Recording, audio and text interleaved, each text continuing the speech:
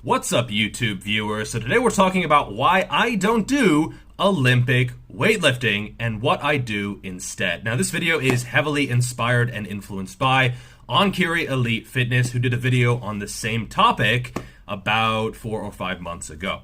And his video was titled, How to Get All of the Benefits of Olympic Weightlifting with None of the Drawbacks. And I think it's important to note that Olympic weightlifting, the snatch and the clean and jerk, they do have drawbacks. A lot of them.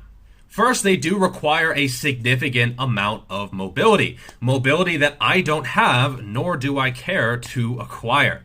You don't necessarily need to be able to do something in order to be a functional human being. Some people act like if you can't do the splits, suddenly you're an asshole. In the clean and jerk, you have to get in a front rack position, and my biceps don't allow that to be very easy. What am I going to do? Stop training my biceps? In the snatch, you have to catch the barbell overhead in a deep squat position.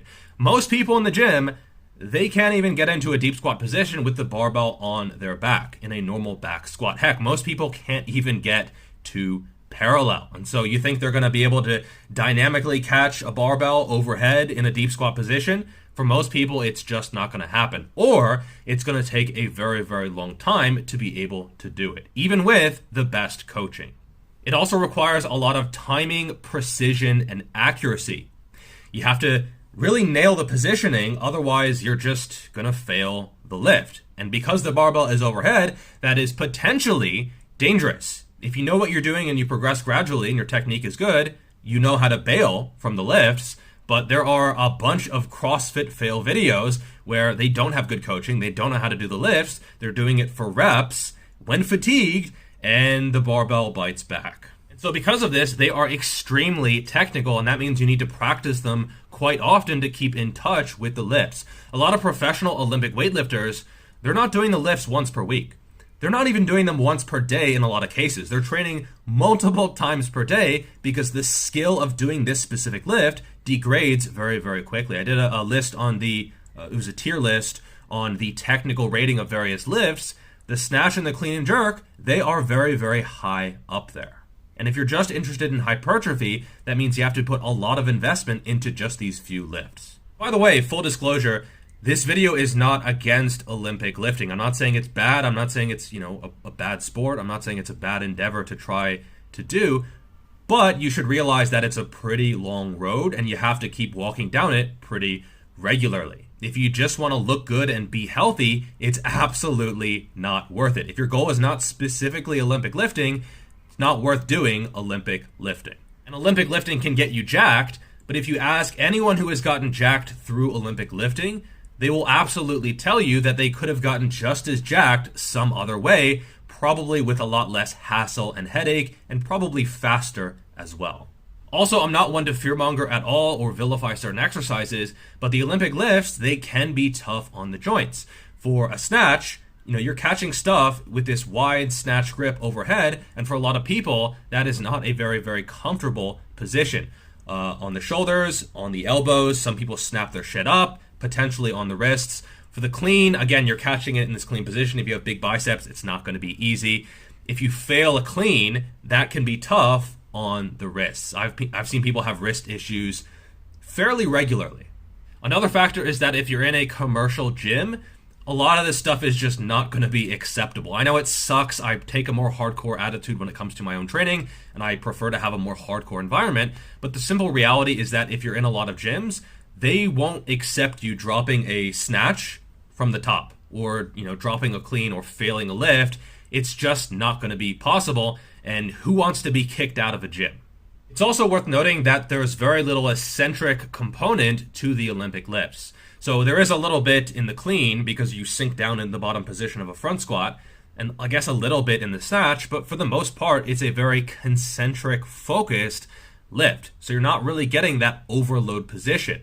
You're not, shrugging up and getting a stretch. It's just starting from the very bottom position and pulling the entire way.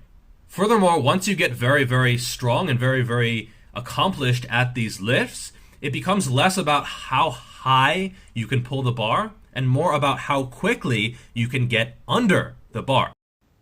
And I think the best example for getting under the bar quickly is Kaki Kakishvili's. Here he is lifting 235 kilos. Now keep in mind, this is more than I deadlift by a significant amount. And even if you slow it down, if you blink, you miss it. That is slowed down to quarter speed, and you can still barely see him get under the bar. That is technical mastery, which takes years and years and years to master. Here he is again with 3 attempts, and the final one, you can see his speed under the bar is absolutely unreal.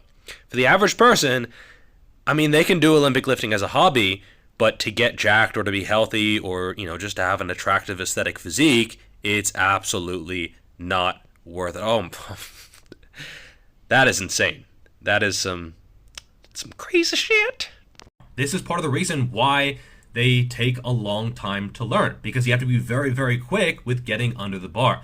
You look at some of the best Olympic lifters in history, they are spellbinding to watch. I mean, I'm in awe at how quickly they can move, especially with getting under the bar. They have this thing down to an absolute science. However, just diving quickly under a barbell, it means that you're not producing any more force. It means that your muscles are not actually doing anything more. You're just sort of not cheating, but you're having a very, very specific skill that will absolutely not transfer over to other activities, and it certainly won't build you more muscle because your muscles aren't actually doing anything more. You're just getting better at getting under the barbell when it's the same height as it was before.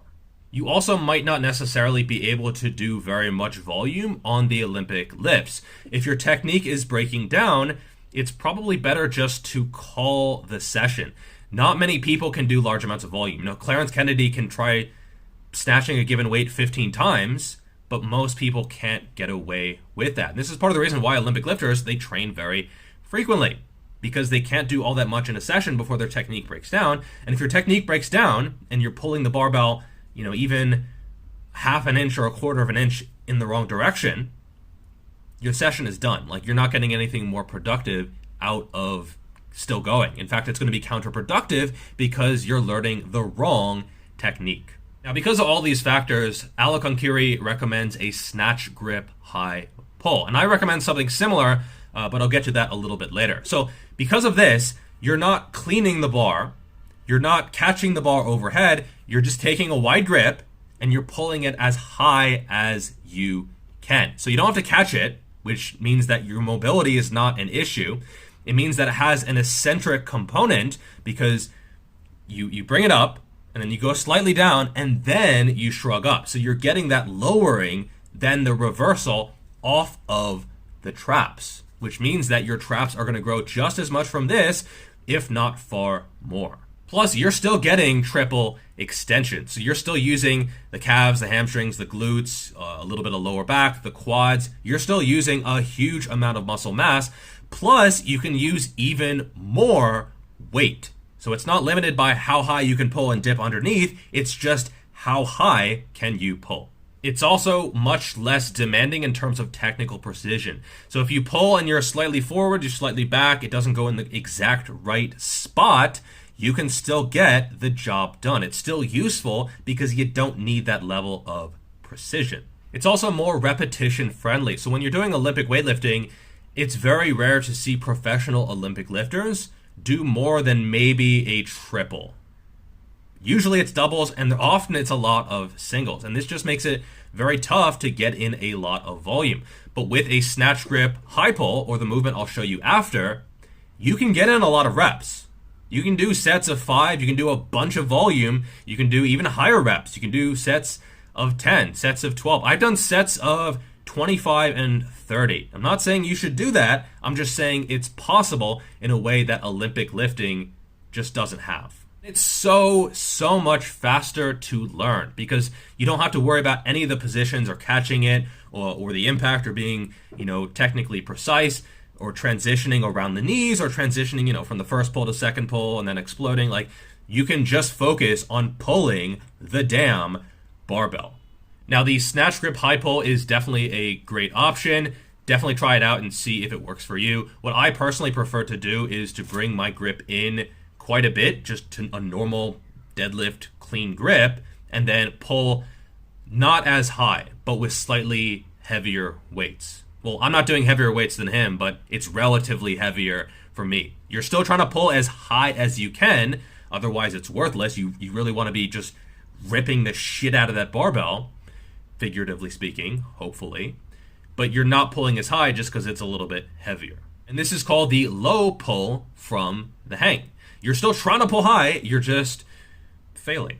And honestly, I credit a lot of my trap growth to these. Just because you're getting that stretch, you're getting the eccentric, you can do higher volume, you can really focus on connecting the lower body to the barbell through that weighted shrug, preceded by the weighted stretch. So weighted stretch, weighted shrug, 4 reps, higher volume, and watch as your traps blow up. And I've gone heavy on these, I've gone light on these, but with higher reps. I've done 100 kilos for 25, 140 for 6, and 160 kilos, so about 350 pounds for 3 reps. And this is not going to be pulling it super high, but you're just trying to pull it as high as you can. As long as your intention is to really accelerate the barbell, you're still getting a lot out of the movement.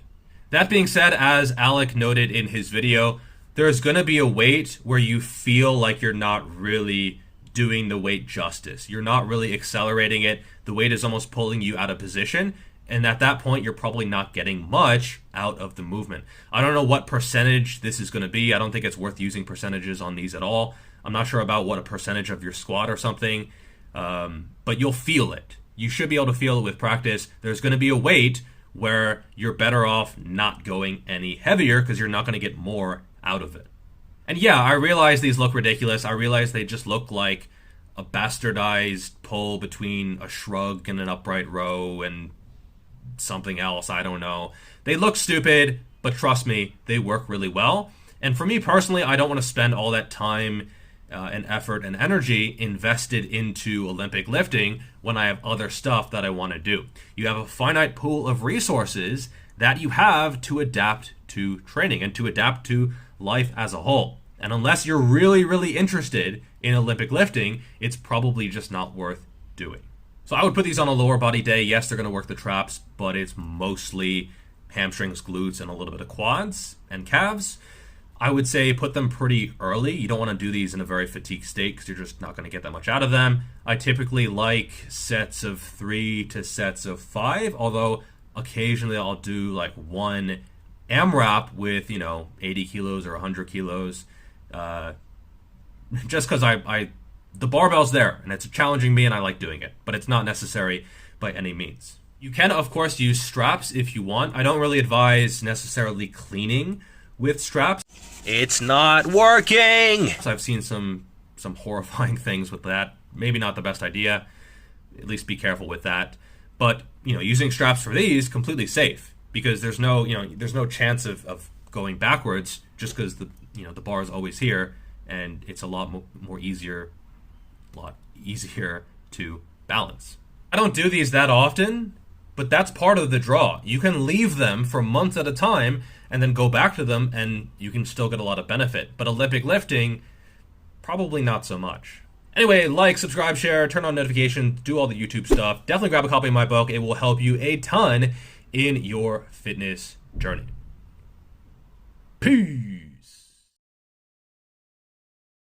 What's up, girl? I see you looking at the cake.